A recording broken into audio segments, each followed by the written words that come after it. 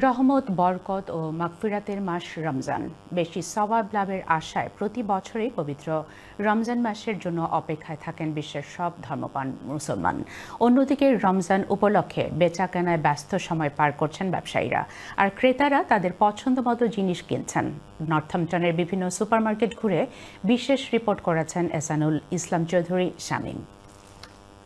পবিত্র মাহে রমজান উপলক্ষে নর্থহ্যাম্পটনের হালাল সুপারমার্কেটগুলোতে শেষ মুহূর্তে কেনাকাটা জমে উঠেছে। কেনাকাটায় ব্যস্ত আছেন মুসলিম কমিউনিটির মানুষেরা। তারা পছন্দ অনুযায়ী পণ্য সামগ্রী কিনছেন। স্টিক কিনছি, বেড়ি কিনছি, চিকপিস কিনছি, ম্যাঙ্গো স্লাইসার, আর রমজান উপলক্ষে যা লাগে খাজুর এভরিথিং সব লইছি। তারা রিজনেবল প্রাইস আছে। রমজান উপলক্ষে বেড়ি কিনছি, খাজুর কিনছি, পরে ড্রামস্টিক নিব, ছানা কিনছি। তবে তারা অভিযোগ করেছেন গত বছরের রমজানের তুলনায় এবার পণ্য সামগ্রীর দাম বেশি।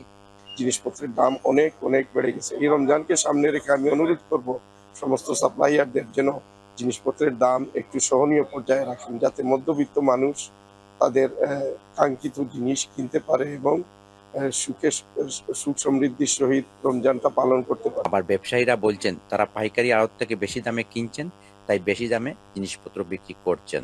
যারা এরা বেশি দাম রাখে হিসাবে আমরাও পারি না অত বড় পরিসরে কোনো অফার দিতাম, তারপরেও নিত 200 আর শীতও মোটামুটি একটা অফার আছে। রমজান উপলক্ষে এশিয়ান শপগুলোর পাশাপাশি মেইন স্ট্রিম সুপারমার্কেটগুলোতেও বিভিন্ন জিনিসের অফার চলছে। দরজায় কোরআন আসছে পবিত্র রমজান মাস। পবিত্র রমজান মাস শুরু হবে। এ উপলক্ষে স্থানীয় ব্যবসায়ীরা বেচাকেনায় দারুণ ব্যস্ত সময় পার করছেন, আর ক্রেতারাও তাদের পছন্দ অনুযায়ী জিনিসপত্র কিনছেন।